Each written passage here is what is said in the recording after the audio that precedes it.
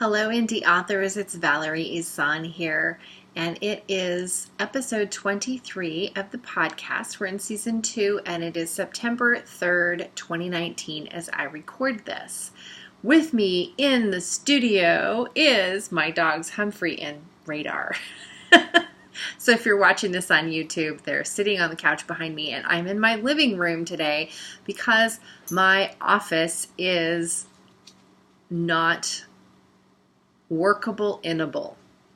So if you are a Patreon subscriber, you will have already received your monthly connections video.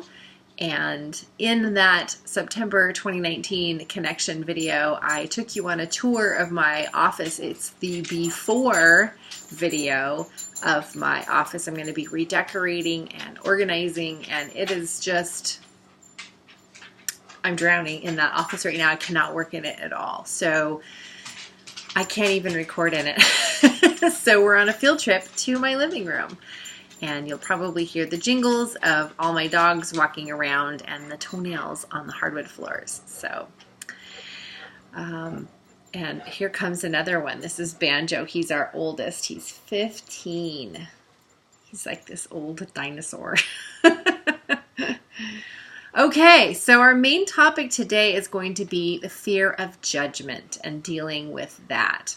But first, a personal update. I already told you about my redecoration and reorganization of my office. That's going to be kind of my plan for the fall.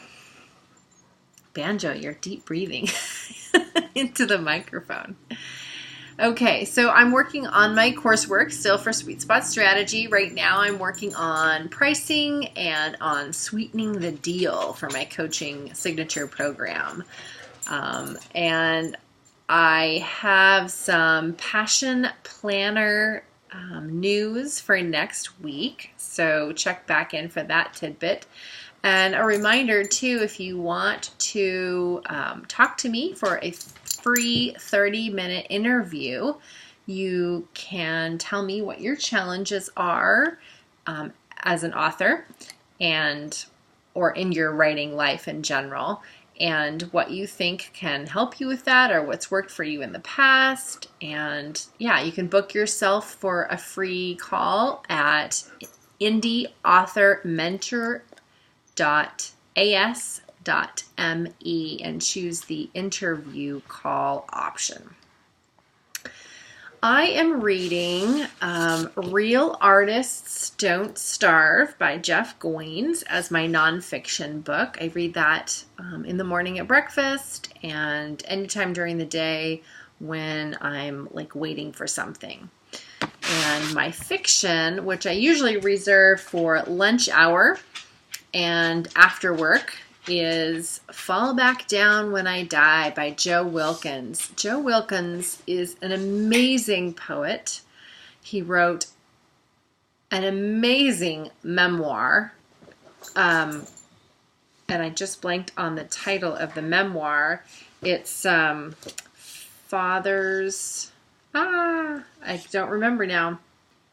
The Mountain and the Fathers. That's the name of the memoir. Totally recommend that memoir. It's beautiful writing. I totally loved it. So this is his debut novel. So that's what I'm reading now.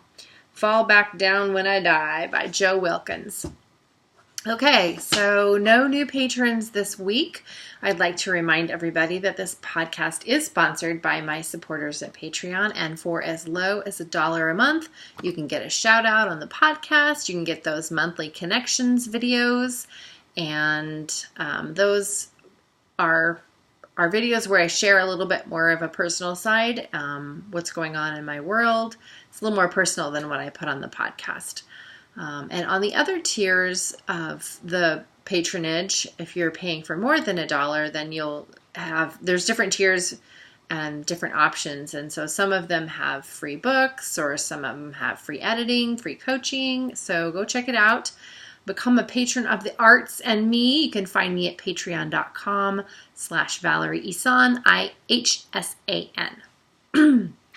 For resources, I am going to say my Patreon page.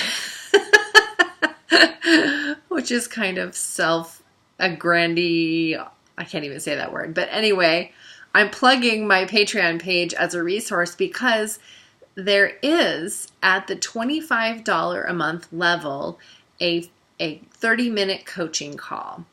And you can get that 30-minute coaching call with me every month, and they will be recorded. So you'll have a collection of your advice/data on hand for yourself that you can re-access at any time.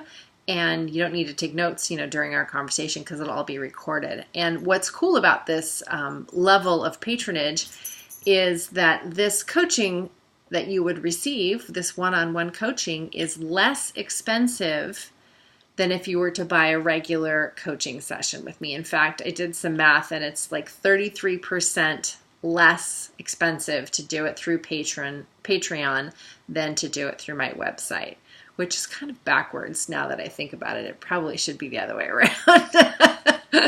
But there you have it. Go check it out, patreon.com/Valerie Ihsan, and get a discount on your author coaching.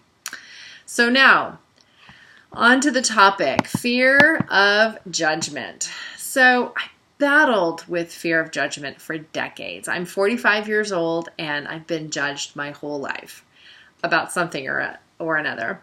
And even if we claim to be non-judgmental people, as I do, we still judge. It's just, I think it's a developmental process that we go through. We categorize, which is a form of judging. And while categorizing is a bit different, it's more like labeling people, I suppose, which is a form of judgment too. So when you, for instance, judge a book by its cover, you're saying, I will like this book because the cover is professional looking and it's, written in a particular genre that I know I like to read.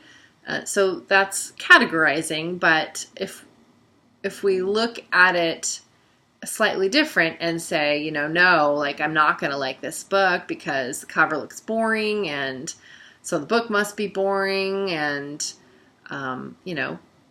if we're saying that to ourselves when we're looking for books to buy, that's probably a form of judging. And we do that with people, and we do that with restaurants, and we do that with menu options. I don't think I'm going to like that because that just sounds gross, or, whatever. So we're constantly judging, even if we are non-judgmental people. So, because there are millions of titles out there, we do have to judge a little. We have to categorize. There's just no way that we have the time or the inclination to read every single title out there. So when we put our books out into the world and people don't read them, we could take that as a form of judgment. I'm a bad writer, or this book is terrible, or, all these negative things that we could say to ourselves. But the reality of it is that either the people that are passing on it are not the ones that read in your genre. For instance, like if I'm at a book fair or book festival and there's all these vendors out there and tables with all these different books, and people pass my table and they go by the one right next to me, it's because of my genre. It has nothing to do with the quality of my book, or it's just, they're just not my audience. And so that's helpful to remember. A little mantra: they're not my audience, they're not my audience. It's nothing about me. It's nothing about me as an author or, my writing style.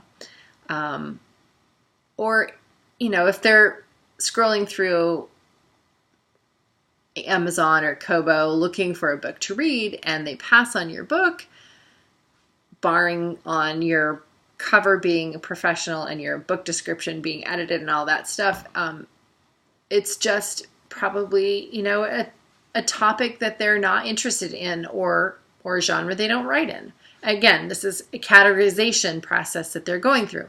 Excuse me.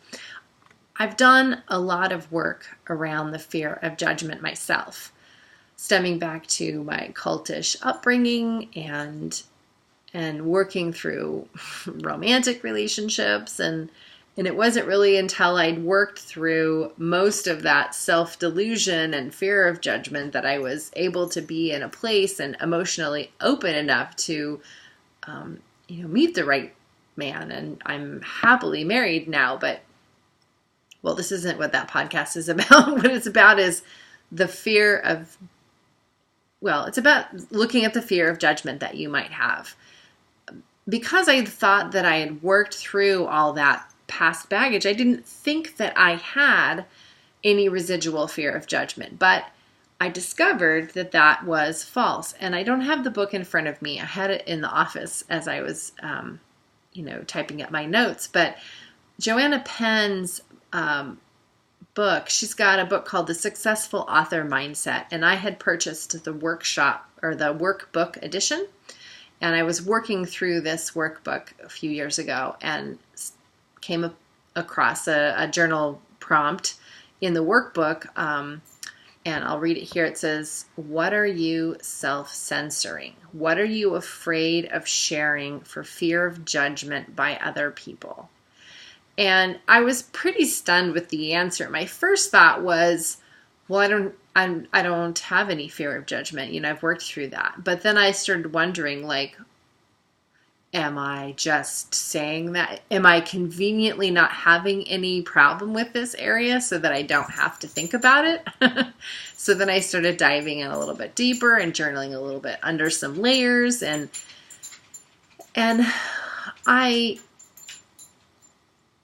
what it boiled down to was, my fear was, what if everything I write is misconstrued as a thinly veiled autobiography? For instance, I have a novel in the works right now about a white woman and an Indian man having a romantic and sexual relationship and the problems they go through. And I was afraid, I guess afraid is the right word. My fear in writing this, and often what would stop me a little bit from really going into the book deeply, was my, and this is going to be personal, so I'm sorry. I guess my fear was that if my husband read that, would he think that I was secretly writing about my own past? Which I'm not, it's fiction. But I guess that was my fear, was that what if people read my fiction and think it's really, memoir or autobiographical, and that somehow that would be shameful. I don't know where that came from. And in fact, as I was journaling through this, I was kind of talking myself out of it. My first my first book published was actually a memoir, and I put everything out in that. So probably, I don't have anything hidden from my past, because it's all there. You can just read it in the book, Smell the Blue Sky. And so why would so again, I'm talking myself through this, why would a reader think that I was secretly talking about my real life in my fiction if I'd already written a memoir? So, and I continue to write memoir. I have another memoir in the works that's going to be published hopefully in the next 2 years. And so why would someone think my fiction was not fiction if I already had memoir written? So that was my fear of judgment coming up. So in the workbook, Joanna's answer to that was, if you come up against fear of judgment, then the only thing to do really is to write another book. And that if you're feeling fear of judgment about a specific title, that writing the next book helps, because who you are right now changes. You're a different person every day. So when I wrote Smell the Blue Sky, I was one person. And when I wrote The Scent of Apple Tea, I was another person. And when I started this podcast and started writing nonfiction for writers, I was another person altogether again. So that was Joanna's answer, to write another book, because who we are right now changes, and the next book is something else again. We have an entourage of dogs again in my lap. So the chapter of Joanna's book, The Successful Author Mindset, ended with a quote from Elizabeth Gilbert, who wrote Big Magic, also a great book. And that quote is, "The reaction to your art does not belong to you." And that is the only sane way to create. So that's it for Fear of Judgment. That's all I've got to say really about it. Next week, I will go over the process I do for monthly reviews and how that can help you with confidence in your projects and in your business. So be well, happy writing, happy publishing, and I'll see you next week.